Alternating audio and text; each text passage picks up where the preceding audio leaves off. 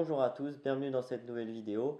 Aujourd'hui, je vais vous apprendre comment tenir un poisson. Donc les poissons d'eau douce, on va les catégoriser un peu différemment suivant l'espèce que c'est, notamment le brochet qui n'a pas du tout la même forme comme vous avez déjà pu le remarquer qu'un black bass ou qu'une perche, et donc on va devoir adapter notre façon de le tenir pour préserver au mieux son intégrité.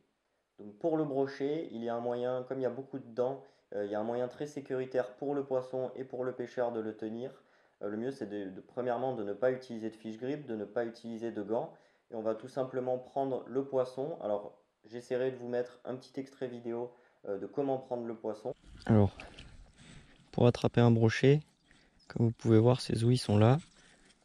On va passer comme si on voulait aller dans les ouïes, mais on va s'arrêter à ce niveau-là, ici, et on va passer nos deux doigts comme ceci et soulever. Et toujours, quand c'est des gros poissons, on les maintient comme ceci avec la deuxième main pour pouvoir les mettre droit. Sinon, pour éviter de les abîmer tout simplement.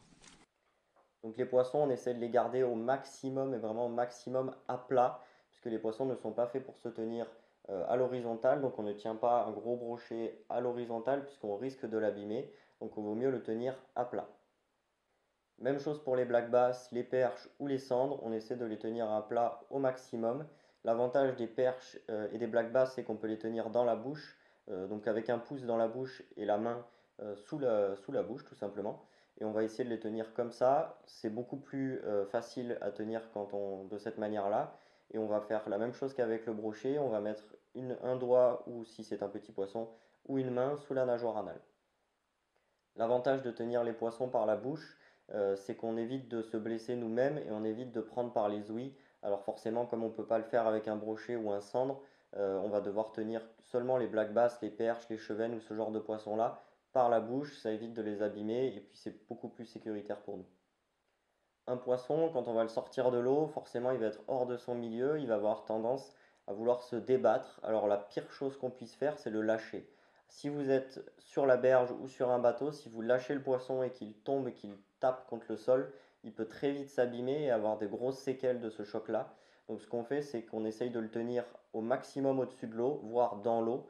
Et ensuite, on va le sortir de l'eau. Si vous voulez faire une photo, hop, on le remet dans l'eau, etc. pour éviter de prendre le risque qu'il fasse une chute et qu'il s'abîme. Quand un poisson se débat, il vaut mieux le tenir le plus facilement possible, c'est de garder donc la main, si c'est un brochet, dans les ouïes ou si c'est un black bass ou une perche dans la bouche, et d'essayer de tenir la queue de l'autre main pour éviter que le poisson tout simplement ne se blesse en se débattant. Donc on essaie de le soutenir le plus possible. Si on voit que le poisson est vraiment trop énervé, on se met vraiment à ras du sol, on se baisse le plus possible et on le met vraiment à ras du sol pour le tenir le temps qu'il se calme. Si cette vidéo vous a plu, n'hésitez pas à mettre un like et un commentaire et à vous abonner pour être au courant dès que nous sortons une nouvelle vidéo. Et bien voilà, j'espère que cette vidéo vous aura plu, je vous dis à bientôt pour de nouvelles vidéos.